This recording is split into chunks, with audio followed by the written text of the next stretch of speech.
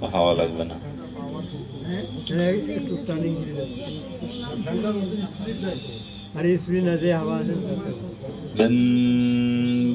বন্দে অহং শ্রীগুরু শ্রীযুত পদ কমল শ্রীগুরূন বৈষ্ণবাংশ শ্রীরূপং সাগ্রজাতং সহগণ রঘুনাথান্বিতং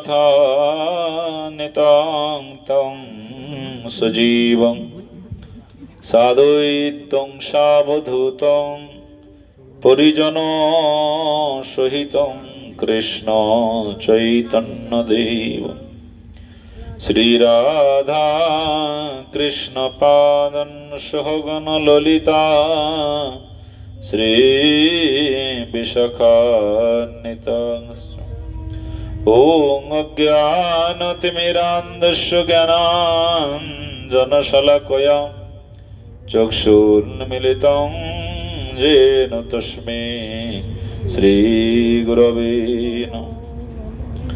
नमो विष्णुपादाय श्रीकेशवप्रेष्ठाय भूतले श्रीमते भक्तिवेदान्त पर्यटोगिति नामिने नमो विष्णुपादाय श्रीकेशवप्रियात्मने श्री श्रीमद् भक्ति वेदान्तो वामनो इति नामिने नमो विष्णुपादाय आचार्य सिंह रूपिणी श्री श्रीमद् भक्ति प्रज्ञान केशव इति नाम ओखाने गुरु परंपरा के दिए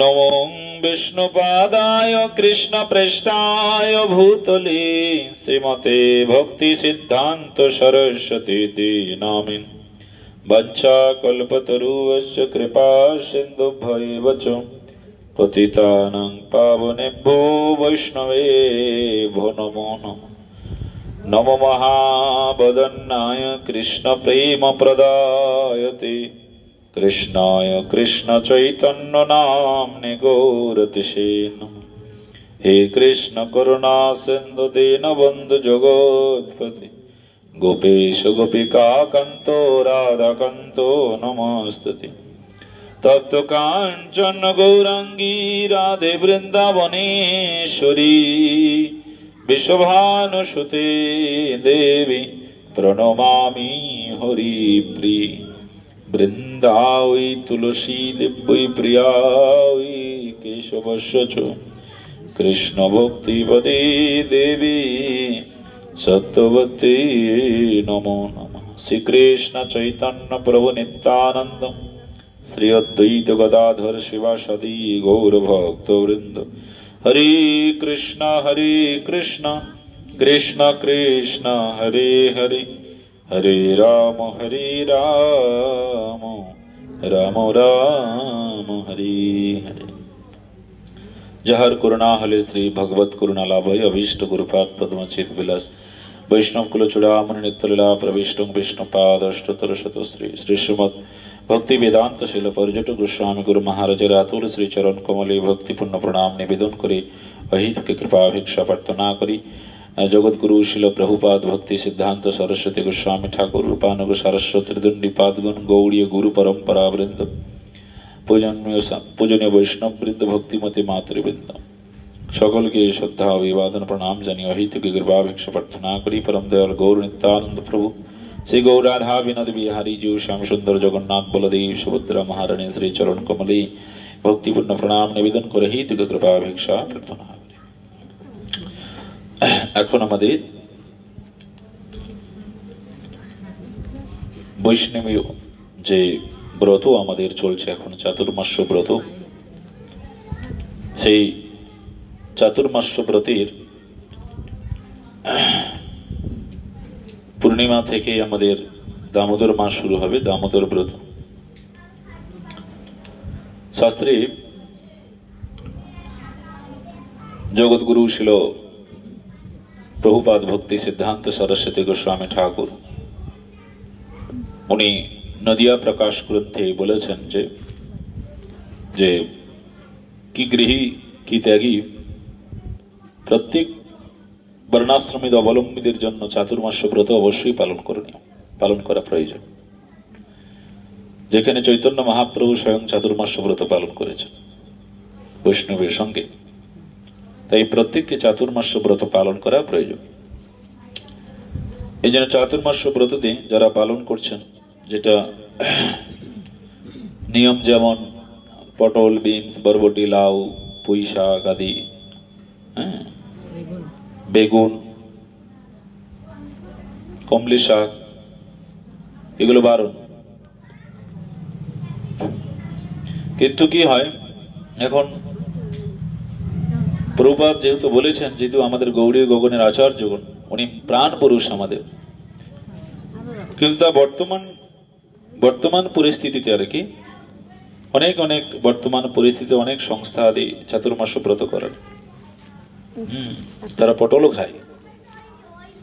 খাচ্ছে, মানে গাজর তো খাচ্ছে, মানে চাতুর্মাস্য ব্রতটাও এখন করে না মানুষ। যেখানে ভক্তি সিদ্ধান্ত প্রভুপাদ, যিনি আমাদের আচার্য, উনি যদি না আসতেন তাহলে এত মন মন্দির কোথায় হতো, কোথাও কিছু হতো না। তো উনি যেহেতু বলেছেন, তো আমাদেরকে পালন করা বিশেষ প্রয়োজন প্রত্যেকেরই। যেমন দেখুন, প্রভু চাতুর্মাস্য ব্রত, দেখুন খৌরি কার্য হয় না, নিয়ম আছে, 4 মাস খৌরি কার্য করা যাবে না, নিয়ম। তো এই সমস্ত নিয়ম কেউ প্রশ্ন করতে পারে। এখন আমাদের একটি ভক্ত গেছেন আর কি, মানে ঘটনাটা সত্যি ঘটনা আর কি, আমার কল্পনাও করিনি কোনো সময়। একটি ভক্ত গেছেন মায়াপুরে আর কি, তো মায়াপুরে উঠেছে, ইস্কনে উঠেছে, বেশ সব কিছু খাইয়ে দিয়েছে, পটল, বরবটি, গাজর, ব্যাস ব্যাস। এই জন্য এখন বর্তমান সময়ে জীব ধীরে ধীরে সহজিয়া পন্থা হয়ে যাচ্ছে। সহজিয়া মানে সহজ কি পন্থা, সহজিয়া ধারা ফলো করছে এখন। কিন্তু বৈষ্ণব ধর্মতে যদি সহজ পন্থা প্রবেশ করে যায়, তাহলে কিন্তু সব মতবাদ নষ্ট হয়ে যাবে। বৈষ্ণব ধর্ম সহজ নয়, কোনো কিছু সহজ মনে করা যাবে না। এখানে সহজের জন্য আমার পালন করতে আসে নাই, এখানে আমাদেরকে খুব নিষ্ঠার সহিত পালন করা প্রয়োজন। পটলও খায়, চাতুর্মাস্য ব্রত করে না। এই জন্য শাস্ত্রী বলছেন, এই চাতুর্মাস্য ব্রতটি প্রত্যেকেরই করণীয়। হরিবাসর ব্রত যেমন প্রত্যেকেরই পালন করণীয়, চাতুর্মাস্য ব্রত তেমনি প্রত্যেকের করণীয়। কিন্তু সেটি অসামর্থ্য ব্যক্তিদের ক্ষেত্রে, যাদের শরীর চলছে না তাদের ক্ষেত্রে তারা পারবে না, তারা কার্তিক মাসটি পালন করবে, দামোদর মাস অবশ্যই তারা পালন করবে। কিন্তু এখন অনেকেই বলে আর কি, যে ভক্তরা গেছেন আর কি, ওনাকে বলছেন ও ধামে পটল চলবে, কোনো সমস্যা নেই, বাড়িতে গিয়ে সব পালন কর। মানে ধামের পটল নিরামিষ, ধামে পটল চলবে। এগুলো সহজিয়া সব হয়ে গেছে, সহজিয়া বলে না। সব যাবেন দেখবেন কার্তিক মাসে, সব রাধা কুণ্ডে যাবে, সব যারা বাবাজি সম্প্রদায় আছেন, সব খাও, টমেটো সব গাছ সব খাও, কোনো ধামে কোনো সমস্যা নেই, ধামে এগুলো কোনো বারণ নেই, সব খেতে পারে। মানে এই জন্য ধামে যদি মাছ পাওয়া যায়, ধামেও মাছ খাওয়া যাবে, ধামের মাছ কিন্তু নিরামিষ, গ্রামের মাছ খাওয়া যাবে সেরকম আর কি বলছেন আর কি। তাই মানে ধামে চলবে এগুলো না, এটি প্রকৃত সিদ্ধান্ত নয়, এগুলো সহজিয়া ধারা। এগুলো মানে একাদশীর দিন সামাচাল তো আমি তো আমার শুনি নাই, সামাচালও পর্যন্ত খায় ইস্কনের ভক্তরা, সামাচাল। হ্যাঁ, সামাচাল দিয়ে গাজর দিয়ে বেশ করে খিচুড়ি, সেই দুর্দান্ত একাদশী ব্রত হয়। হ্যাঁ, এগুলো ব্রত নয়। সামাচাল খান নাকি? সামাচাল খান না তো। এই জন্য দিনকে দিন ধর্মের যে অবক্ষয় আর কি, মানুষ এগুলোই বেশি ফলো করবে। মানুষ দেখবে যে এখানে তো আমার ভালো খাওয়াও হচ্ছে, শরীরটাও তো ভালো থাকবে, মানে তপস্যাও করার মতন ক্ষমতা এখন বর্তমান সময়ে মানুষের নেই। হ্যাঁ, যেখানে চাতুর্মাস ব্রত করে সব দেখবেন ফিটফাট, দাড়ি গোপ সব সেফ থাকবে সব। বর্তমান ডিজিটাল সাধু, আমাদের গুরু মহারাজ বলতেন সব ডিজিটাল সাধু এখন হয়ে গেছে। ডিজিটাল মানে ক্লিন অ্যান্ড ক্লিয়ার, ফ্রেশ, সবসময় ফ্রেশ থাকো। কিন্তু প্রাচীন প্রাচীন মুনি ঋষিগণ চুল কামানো সময় কই ওনাদের, মস্তমানো সমন। এই জন্য চাতুর্মাস্য ব্রত হলে একটি ধর্ম মাস। হরিবাসরকে যেমন উপেক্ষা করা যাবে না, তবে চাতুর্মাস্য ব্রতকে উপেক্ষা করা যাবে না। নিষ্ঠার সহিত চাতুর্মাস্য ব্রত পালন করতে হবে, বৈষ্ণব মাত্রই নয়। এই জন্য যারা পালন করেছেন অতি সৌভাগ্যবান, ভগবান গৌরহরির কৃপা অবশ্যই তাদের উপরে বর্ষিত হইবে, শাস্ত্রে বলেছেন, প্রভুপাদ বলেছেন। এই জন্য চাতুর্মাস্য ব্রত সকলে পালন করবেন। আর একাদশীর দিন কেউ সামাচাল আদি খাবেন না, এগুলো সাবু পর্যন্ত খাওয়া যাবে না। সাবু অনেকে খায়, হ্যাঁ সাবু, এই যে গোল গোল সাবুদানা, এগুলো খাবেন না। একাদশীর দিন নিরাহারই থাকা প্রয়োজন, নিরাহার। শাস্ত্রেও বলেছে নিরাহার থাকতে হবে একাদশীর দিন। নির্জলা কথা শাস্ত্রে মানে যেখানে নন্দ মহারাজ নির্জলা ব্রত করেছেন, নন্দ মহারাজ যশোমতী মা নির্জলাই ব্রত করেছেন, রুক্মিণী দেবীও নির্জলা ব্রত করেছেন। শাস্ত্রে আছে যে রুক্মিণী দেবী নির্জলা ব্রত করেই কিন্তু কৃষ্ণকে পতিরূপে পেয়েছেন। নন্দ মহারাজ যশোমতী মেনে নির্জলা ব্রত করেই কিন্তু কৃষ্ণকে পুত্র রূপে পেয়েছেন, নির্জলা ব্রত করে। তো যাই হোক, নির্জলা না করতে পারলেও গুরুবর্গরা সেখানে অনুকল্পের ব্যবস্থা একটু করেছেন। অনুকল্প মানে একটু অল্প আহার করে যাতে শরীরটাকে বাঁচানো যায় আর কি। কেন, কলিহত জীব তো, অন্নগত প্রাণ, একদিন অন্ন না খেলে থাকতে পারে না। তার জন্য একটু সবজি, হ্যাঁ, একটু আলু কাঁচকলা পেঁপে, আমাদের কোয়াশ পাওয়া যায়, কোয়াশ একটু আলু কাঁচকলা পেঁপে কোয়াশ একটু সিদ্ধ, ব্যাস, এটি তপস্যা। নাহলে একাদশীর দিন সেই একবারে ছক্কা, একবারে খিচুড়ি পুরি খাও। তাহলে এরকম একাদশী কেন, একদিন কেন, দৈনন্দিন হোক আমার ভালো, দৈনন্দিন হলেই ভালো, দৈনন্দিন ভালো খাবো। এটি কেউ করবেন না, একবারে ভুল বশত কেউ করবেন না।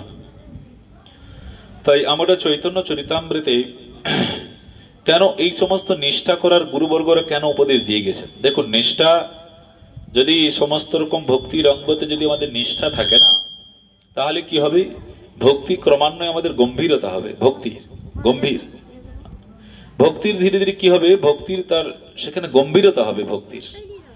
নিষ্ঠা যদি না থাকে তাহলে কিছু ভক্তি কিছু হবে না। তাই নিষ্ঠা চাই, এবং সেই শ্রদ্ধা নিষ্ঠা ভগবানের প্রতি বিশ্বাস রেখে দেখুন চৈতন্য চরিতামৃতে মধ্যলীলার পঞ্চম পরিচ্ছেদে সেখানে আমরা সকলেই জানি।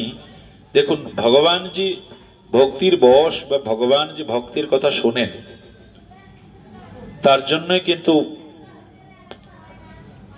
ভগবান বৃন্দাবন থেকে সেখানে যাজপুর কটকে এসে সেখানে সাক্ষী দিয়েছিলেন, তাই না? কি করে সম্ভব? ভগবান হেঁটে এসে এখানে সাক্ষী দিয়েছেন। ছোট বিপ্র বড় বিপ্রর কথা এখানে সাক্ষী ছিল। তো ছোট বিপ্র সাক্ষী রেখেছিলেন ভগবানের কাছে। কেন? এখানে আমরা যেহেতু অল্প সময়, আমরা সংক্ষিপ্ত ভাবে পড়ার চেষ্টা করব, জানবার চেষ্টা করব, ঘন্টাও বেজে গেছে। যেহেতু সেখানে ছোট বিপ্র বড় বিপ্র কোথায় গিয়েছিল? তীর্থ দর্শন বৃন্দাবন আদি বিভিন্ন বিভিন্ন স্থান দর্শন করার জন্য। কিন্তু সেই ছোট বিপ্র বড় বিপ্র খুব সেবাও করেছেন, খুব সেবা করেছেন। এই জন্য বড় বিপ্র সেই ছোট বিপ্রের সেবাতে সন্তুষ্টি হলেন।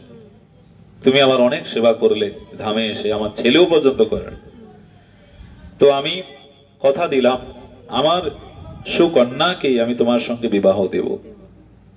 কে? বড় বিপ্র বলল ছোট বিপ্রকে। তখন ছোট বিপ্র বলে, আমি তো দেখো, আমি তো দরিদ্র, আমার কিছুই নেই বিত্ত সম্পত্তি আদি, কিন্তু তুমি তো এই যে কথা দিলে, এই কথা যদি না রাখো, ওই জন্য তুমি এখানে ভগবান গোপাল আছেন, গোপালের কাছে তুমি সাক্ষী দাও যে তুমি তোমার কন্যাকে বিবাহ দিবে, নাহলে বাড়ি গিয়ে তো তুমি ভুলে যেতে পারো। তখন বলছেন ভগবানের কাছে, গোপালের কাছে সেখানে প্রতিজ্ঞা করলেন যে ঠিক আছে, আমার কন্যাকে আমি তোমাকে বিবাহ দিব। ব্যাস, সাক্ষী থাকলেন। দেখুন এখানে প্রমাণ কি হলো কি, দেখুন এই জন্য বস্তু তো আমরা সংসারে যা কিছু ভাবনা, যা কিছু চিন্তন যদি গোবিন্দকে নিয়েই করি, তাহলে ভগবানেরও দায়িত্ব সেখানে থাকবে। তৃতীয় অংশীদার ভগবানও থাকবেন। ভগবান বলে আমাকে তো একটু অংশীদার রেখেছে, আমাকে তো জানিয়ে তো করলো। না জানিয়ে যদি কোনো কিছু করেন, তাহলে সেখানে যদি সে কাজে যদি লসও যদি হয়ে যায়, তাহলে ভগবানকে সেটি দোষারোপ করতে পারবেন না। কেন? ভগবানকে আপনি বলেননি। এই জন্য ভগবান, আমরা যে কোনো কার্যক্ষেত্রে যেখানে আমরা বেরোবো, বাড়ির বাইরে বেরোনো মানে ভগবানকে প্রণাম করে যেতে হয়। ভগবানকে প্রণাম করে যেতে হয়। কোনো যদি বিপদ আপদ হয়ে যায়, কিন্তু তথাপিও আমি আমার ভগবানকে প্রণাম করে গেলাম। ভগবানের দায়িত্ব থাকবে যে আমার সেবক গেল ওই দিকে, ওকে আবার সুরক্ষা ভাবে ফিরিয়ে নিয়ে এসে আমার কাজ। এটি ভগবানের দায়িত্ব আছে প্রত্যেকের ক্ষেত্রে। সেটা আমরা যারা শ্রদ্ধাবান ভক্ত, তারা এটি অবশ্যই বিশ্বাস করেন এবং পালনও করেন। আমিও আমার নিজস্ব জীবনেও অনেক ক্ষেত্রে আমরা দেখেছি, নিজস্ব জীবনে অনেক অনেক ক্ষেত্রে দেখেছি যে যেখানে ভগবানকে, গুরু বৈষ্ণবকে প্রণাম করে যাওয়ার ফল আমি অনেক অনেক ক্ষেত্রে আমি প্র্যাকটিক্যাল পেয়ে গেছি।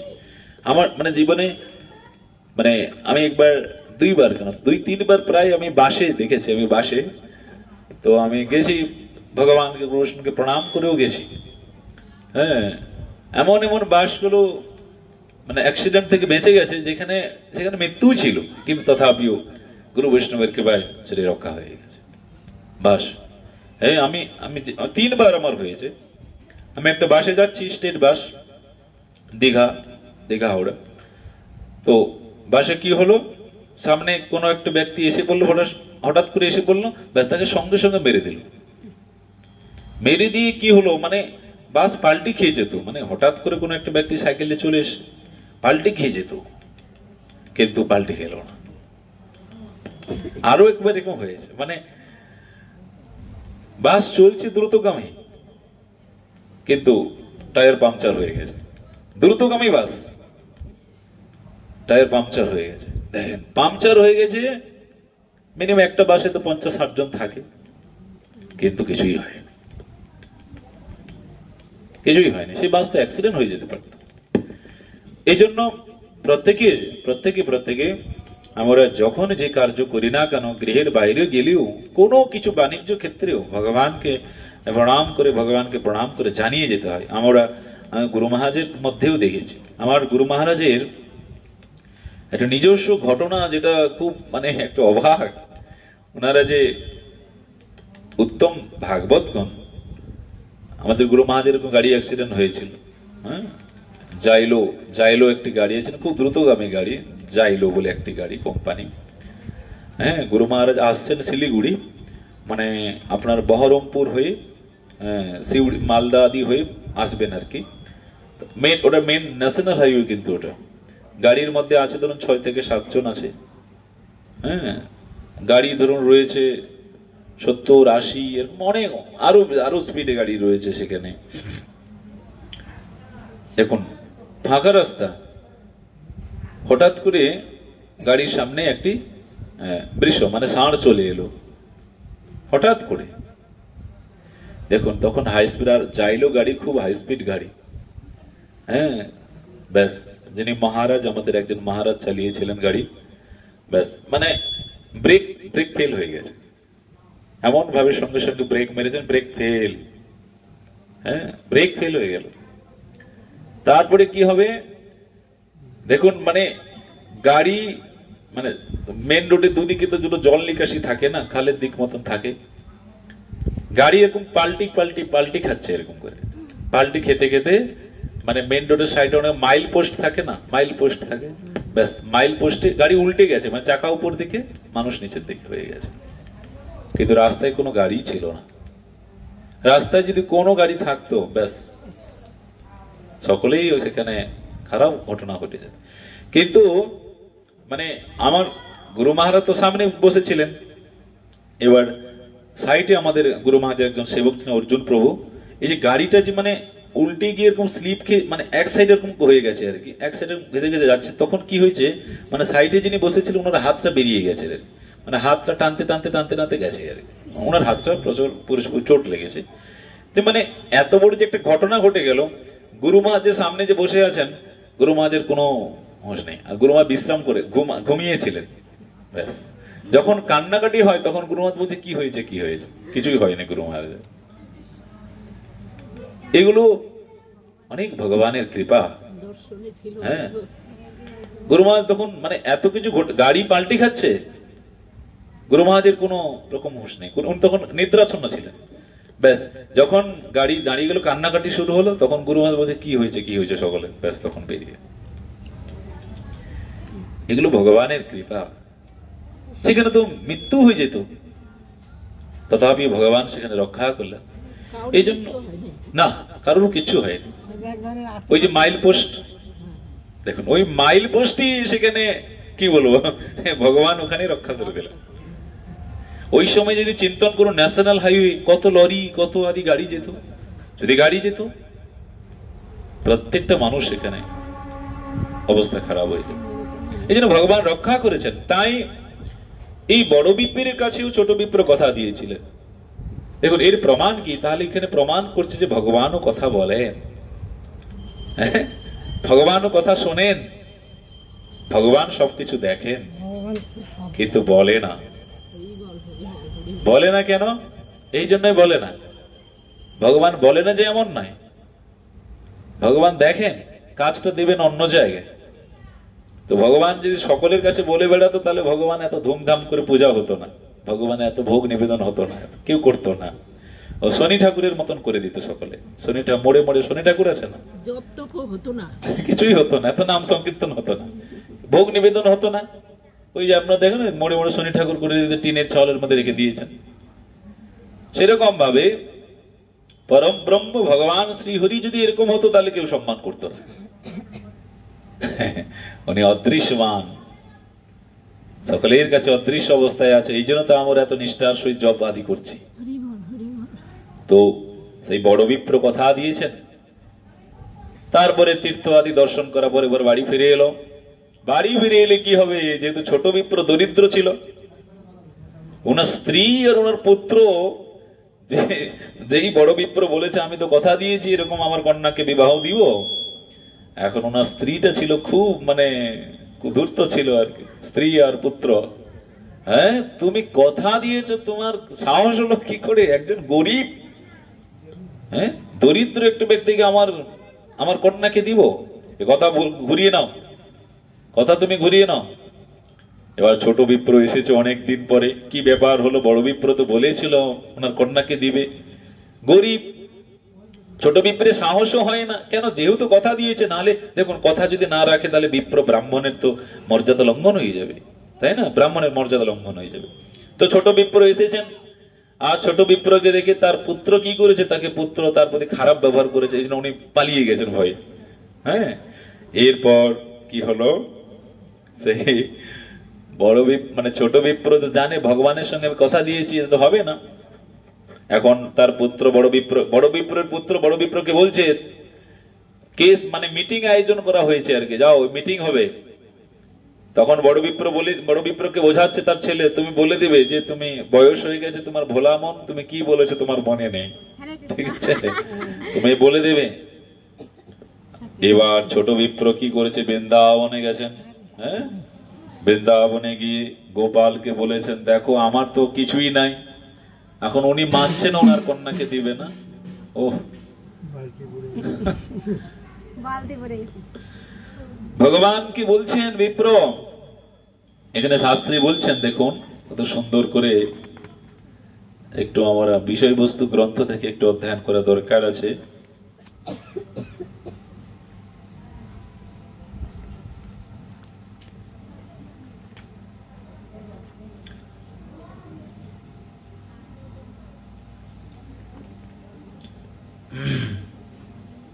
দেখুন ছোট বিপ্র ভগবানকে কি বলছেন, তবে সেই ছোট বিপ্র গেলা বৃন্দাবন, ধন্যবাদ করি কহে সব বিবরণ। গোপালের কাছে সবকিছু বলছে। ব্রাহ্মণ্য দেব তুমি বড় দয়াময়, দুই বিপ্রের ধর্ম রাখো হইয়া সদয়, কন্যা পাবো মোর মনে ইচ্ছা নাহি সুখ। দেখুন তো ছোট বিপ্রে কি আত্মত্যাগ, যে আমাকে যে উনি কন্যা দেবে, আমি বিবাহ করবো, এইগুলো আমার নেই, ইচ্ছা নেই, কিন্তু কথা দিয়েছে যেহেতু, বাক্য, কন্যা পাব মোর মনে ইহা নাহি সুখ, ব্রাহ্মণের প্রতিজ্ঞা যায় এই বড় দুঃখ। কিন্তু ব্রাহ্মণের প্রতিজ্ঞা যে নষ্ট হয়ে যাবে, এটা আমার দুঃখ লাগছে। কেন সমাজে মানুষ ব্রাহ্মণকে সমাজ করবে, সম্মান করবে না। এত জানি তুমি সাক্ষী দেহ দয়াময়, জানি সাক্ষী নাহি দে তার পাপ হয়। এবার কৃষ্ণ বলছেন, কৃষ্ণ কহি বিপ্র তুমি যাও সভবনে।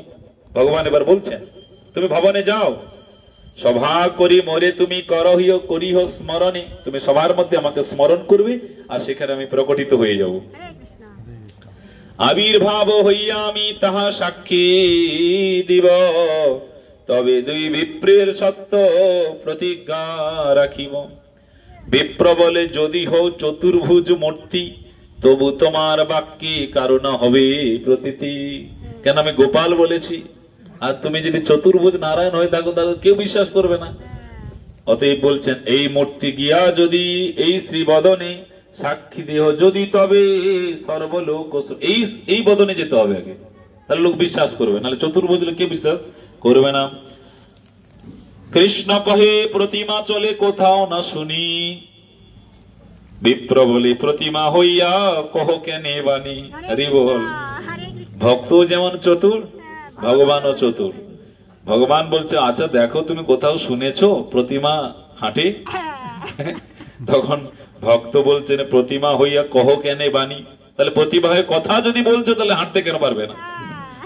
হাঁটতেও পারবে, কথা যেহেতু বলছো তাহলে হাঁটতেও পারবে। প্রতিমা নহ তুমি সাক্ষাৎ ব্রজেন্দ্র নন্দন, বিপ্র লাগি করো তুমি অকার্যকরণ। হাসিয়া গোপাল কহে শুনহ ব্রাহ্মণ, তোমার পাছে পাছে আমি করিব গমন। তাহলে ভক্তের কাছে পরাজিত হয়ে গেল। এই জন্য ভগবান ভক্তি প্রিয়, ভগবান ভক্তি প্রিয়, এই জন্য বিপ্রীর ভক্তি আছে। তাহলে ভগবান বললেন তুমি যাও, আমি তোমার পেছনে পেছনে আমি যাব, নাকি তোমার পেছনে পেছনে আমি যাব। উল্টিয়া আমানা করিহ দর্শনে, আমাকে দেখিলে আমি রহিব সেই স্থানে। কিন্তু আমি যাব, তুমি আমাকে পেছনে উল্টে তাকাবে না, তাহলে আমি সেখানে দাঁড়িয়ে যাব, আর আমি যাব না। বুঝে গেল? যেমন গিরিরাজের ক্ষেত্রে হয়েছিল। অগস্ত্য ঋষি যেমন গিরিরাজকে নিয়ে এসেছিলেন কোথা থেকে? পশ্চিম ভারত থেকে। তো তাই অগস্ত্য ঋষিকেও বলেছিলেন, কিন্তু ভগবানের গিরিরাজের ইচ্ছা কি, যেহেতু ভগবানের প্রকটস্থলী বৃন্দাবনে থাকবেন, ব্যাস যেই 84 কোষ ব্রজমন্ডলের মধ্যে প্রবেশ করে গেছেন, তখন গিরিরাজ কি করলেন, প্রচন্ড ভারী হয়ে গেল।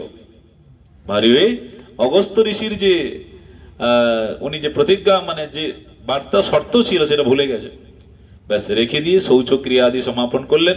এরপর যখন নেবেন বলছেন, গিরিরাজ বলছে আমি তো কথা আগে হয়েছে, আমি আর যাব না। কোথায় নিয়ে যেতে চাইছিলেন? কাশী। তো এখানেও সে নূপুরের ধ্বনি মাত্র আমার শুনিবে, সেই শব্দে আমার গমন প্রতীতি করিবে। তাহলে নূপুরের ধ্বনি তুমি শুনতে পাবে, তাহলে ভাববে আমি যাচ্ছি। এক সেই অন্ন রাঁধি করিহ সমর্পণ, তাহা খাইয়া তোমার সঙ্গে করিব গমন। এক সেই অন্ন রান্না করো, আমাকে বেশি করে অন্ন দাও। আচ্ছা ভগবান যদি কোনো ভক্তকে বলে, মানে আমার তো মানে তার সমস্ত কিছু উজাড় করে দেবেন উনি, কেন প্রভু আমাকে চেয়েছেন। দেখুন এক সেই অন্ন তুমি আমাকে দাও, কেন আমাকে হেঁটে যেতে হবে, পরিশ্রম হবে। আর দিন আজ্ঞামাগি চলিল ব্রাহ্মণ, তার পাছে পাছে গোপাল করিল গমন। নূপুরের ধ্বনি শুনি আনন্দিত মন, উত্তমান্ন পাক করি করায় ভোজন। এই মতে চলি বিপ্র নিজ দেশে আইলা, গ্রামের নিকট আসি মনেতে চিন্তিলা। এব মুই গ্রামে আইনু যাইমু ভবনে, লোকেরে কহিব গিয়া সাক্ষীর গমনে। নিজ গ্রামে চলে এলেন, সাক্ষাতে না দেখিলে মনে প্রতীতি না হয়, ইহা যদি রহে না তবু নাহি কিছু ভয়। বলছেন দেখো এবার তো গ্রামে এসেছি, এবার তো বলতে যাব যে মিটিং এ করতে, কিন্তু যদি সাক্ষাৎ না দর্শন করি, যদি না আসে ভগবান, তাহলে তো গ্রামের লোককে মিথ্যা বলা হয়ে যাবে। তো এই জন্য ছোট বিপ্রের মনে সংকল্প, একটু বরং দেখে নি আছে কি নেই ভগবান। যে সংশয় হলো, হাসিয়া গোপাল দেব এত ভাবি সেই বিপ্র ফেরিয়া চাহিল, হাসিয়া গোপাল দেব তথাই রহিল। ব্রাহ্মণের কহে তুমি যাও নিজ ঘর, এথায় রহিব আমি, না যাব অতঃপর। নিয়ে আসো সকলকে, আমি এখানেই থাকবো, আমি কোথাও যাব না। তবে সেই বিপ্র যায় নগরে, কহিল শুনিয়া সকল লোক চমৎকার হইল। আইল সকল লোক সাক্ষী দেখিবারে, গোপাল দেখিয়া লোকে দণ্ডবত করে। কত সকলের সৌভাগ্যতা দেখুন, সকলের, হ্যাঁ, সকলেরই ভগবত দর্শন হয়ে যাচ্ছে একজন শুদ্ধ ভক্তের দ্বারা। তবে সেই বড় বিপ্র আনন্দিত হইয়া গোপালের আগে পড়ে দণ্ডবত হইয়া, সকল লোকের আগে গোপাল সাক্ষী দিল, বড় বিপ্র ছোট বিপ্রে কন্যা দান কইল। তবে সে দুই বিপ্রে কহিল, ঈশ্বর তুমি দুই জন্মে জন্মে আমারও কিঙ্কর। কে বলছেন? গোপাল, তোমার দুইজন আমার জন্মে জন্মে কিঙ্কর। দুহার সত্য তুষ্ট হইলাম, দুহে মাগবর, দুই বিপ্র বর মাগে আনন্দ অন্তর। কি বর মেগেছিল? যদি বর দিবে তবে রহ এই স্থানে, কিঙ্করের দয়া তব সর্বলোকে জানে। প্রভু আপনি যদি বর দিতে চান আপনি এখানেই থাকুন, আর বৃন্দাবনে যেতে হবে না।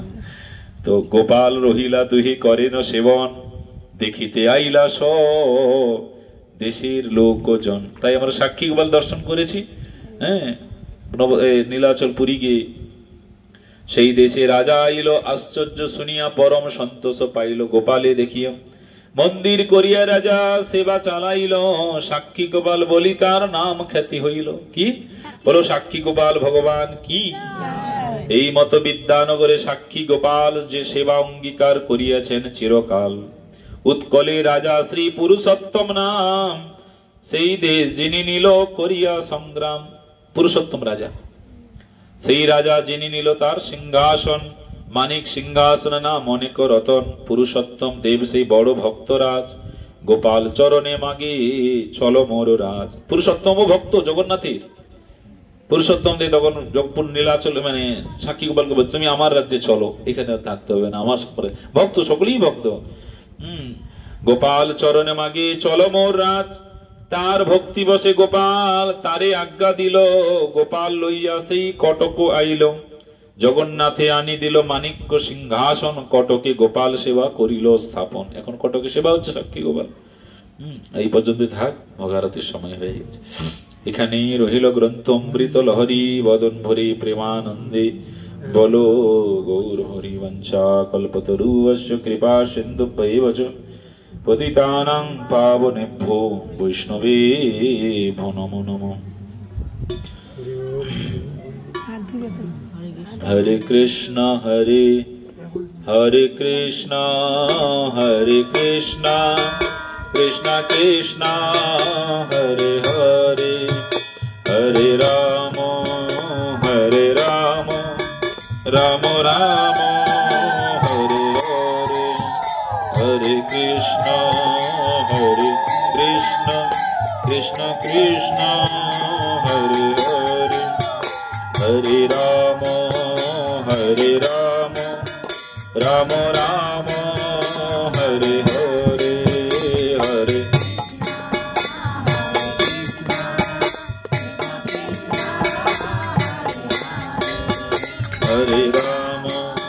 হরে রাম রাম রাম হরে হরে, হরে কৃষ্ণ কৃষ্ণ কৃষ্ণ হরে হরে, হরে রাম